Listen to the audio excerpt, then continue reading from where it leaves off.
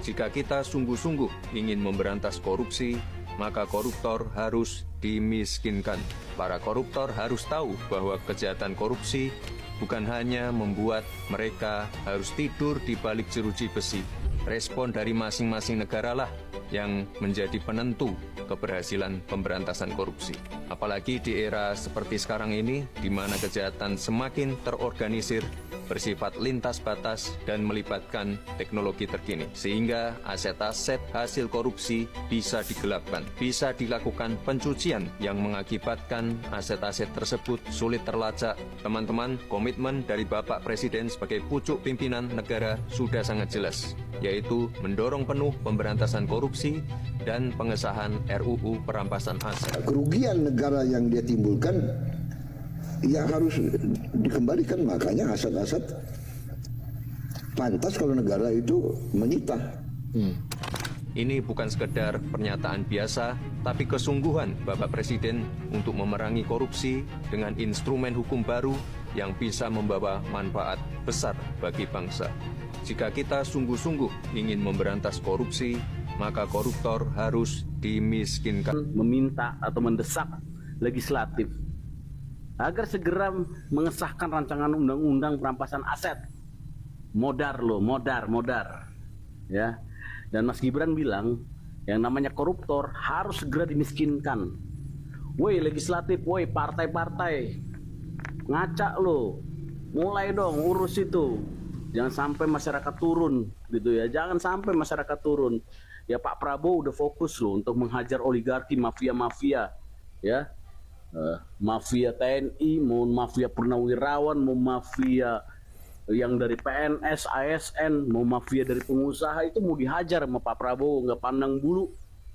Ya, sekarang partai, karena biangnya kan selama ini partai. Tolong dong partai, ya, dorong itu ketua-ketua partai, dorong ya anggotanya di DPR segera mengesahkan rancangan undang-undang perampasan aset, ya.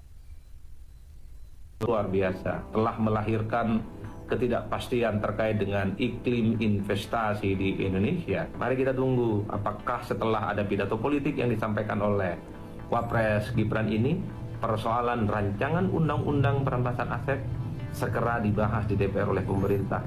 Dan tentu saja rakyat berharap segera disahkan. Gibran Raka Buming Raka baru Wapres kita, Gibran Raka Buming Raka, baru saja bicara soal pentingnya pemberantasan korupsi dan RUU perampasan aset. Jika kita sungguh-sungguh ingin memberantas korupsi, maka koruptor harus dimiskinkan. Secara substansi apa yang disampaikan oleh Gibran itu 100% correct. Tapi ketika kita merujuk dalam search credibility theory, kredibilitas komunikator itu salah satunya ditentukan oleh kepercayaan. Ada paradoks besar di sini ketika aspek kepercayaan itu bisa rontok karena kita tidak bisa lupa bahwa jalan menuju kursi Wapres itu sendiri diwarnai oleh berbagai drama di Mahkamah Konstitusi sebagai puncak nepotisme dan dinasti politik, dan itu melanggar prinsip etika kekuasaan. Jadi, bagaimana kita bisa bicara soal integritas hukum jika pondasi kemenangan Gibran itu sendiri sebagai Wapres dianggap banyak pihak itu sebagai hasil otak-atik demi melanggengkan kekuasaan keluarga? Menurut teman-teman semua, kira-kira Gibran Raka Buming Raka untuk seia sekata antara perkataan dan perbuatannya berani nggak ya untuk mengundurkan diri dari Wapres ini agar tetap ada dalam prinsip etika kekuasaan sebagaimana yang disampaikan oleh Gibran? Coba kita dengarkan ya pidatonya Gibran bicara. Kita sungguh-sungguh ingin memberantas korupsi, maka koruptor harus dimiskinkan.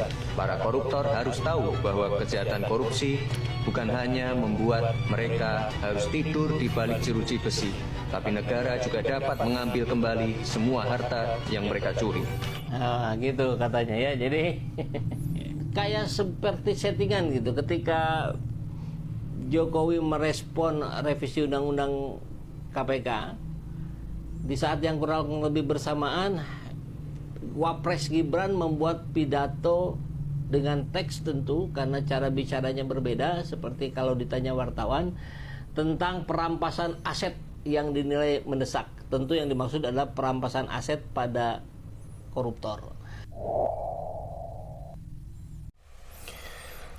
Beberapa waktu lalu sempat viral tentang pidato dari seorang wakil presiden Indonesia, yaitu wakil presiden Gibran Rakabuming Raka, yang mengatakan bahwa dia itu akan memberantas korupsi dan dengan cara merampas aset dari koruptor, dan itu menjadi top trending, di mana pernyataannya itu hanya sekedar wacana atau sekedar alasan ya, di mana ketika ayahnya pernah berjanji untuk mendukung KPU ya dengan undang-undang tentang perampasan aset atau bahkan ya pokoknya undang-undang tentang melawan korupsi ya. Tetapi pada kenyataannya justru ada undang-undang pelemahan KPK, dan kemudian dari peran KPK pun seolah-olah tunduk dari pejabat jabatan seorang presiden.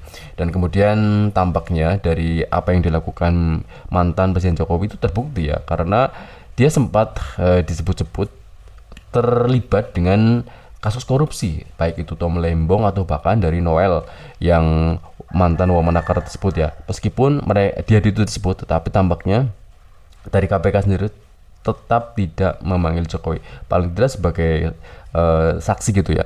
Dan itulah kenyataannya. Dan kemudian nah ini sebagai batu loncatan atau sebagai tolak ukur di mana ayahnya saja pernah mengatakan hal yang demikian. Bukan tentu itu hanya sekedar omong-omong atau sekedar sensasi agar dia itu didukung sebagai wakil presiden. Dan kemudian para pengawat politik pun mengatakan ya itu hanya sekedar omong-omong saja, karena dari apa yang dilakukan wakil presiden Rakabuming Raka ya, seorang Gibran, itu tampaknya pun jauh dari proporsi sebagai wakil presiden, yang gebrakannya itu boleh dibilang nggak ada gitu ya, bahkan malah terkesan pelangap-pelongo oleh masyarakat Indonesia.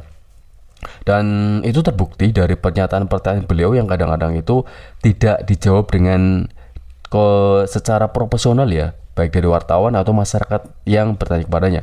Ketika ditanya itu jawabnya apa, dan kemudian masyarakat pun berandai-andai atau berangan-angan apakah seorang wakil presiden Gibran itu cukup angkutabel gitu ya untuk menjadi seorang wakil presiden. Apakah dia benar-benar bisa melaksanakan kewajibannya, atau bahkan dia itu akan diragukan ketika dia akan mencalonkan presiden, atau bahkan mungkin saja jika adanya program Prabowo 2 periode, tentu saja masyarakat pun akan kembali ragu apakah dia benar bisa menjadi seorang wakil presiden.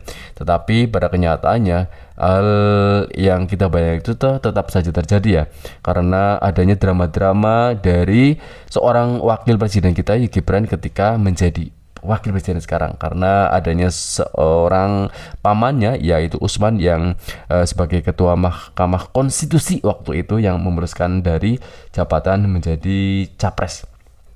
Dan semoga saja video ini menambah informasi bagi teman-teman ya, dan jangan lupa subscribe dan like.